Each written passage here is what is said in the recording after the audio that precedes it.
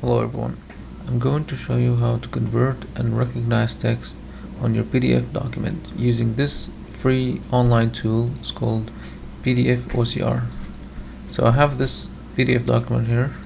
I'm going to open it and I can't highlight any text, so I'm going to use this online tool to convert the document.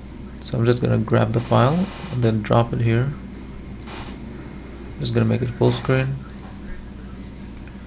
So once you insert the document, you go to languages and then set the language to English if that's the document's written in English.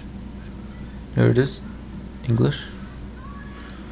And then click on Force OCR. You have to make sure you check that. Then click on Start OCR. Now this will convert your document so that now text can be recognized on the document and then you can copy text. So we're just gonna wait for it. Okay, so once it's done, just click download and then you can see your PDF document. Now you can select text and then you can paste it anywhere. Now everything is recognizable. Now this is a free online tool. I'm not affiliated with this website. I just thought this is a useful tool that I can share with everyone. I'll put the link for the website in the description. If you found this video helpful, please like, share, and subscribe. Thanks for watching.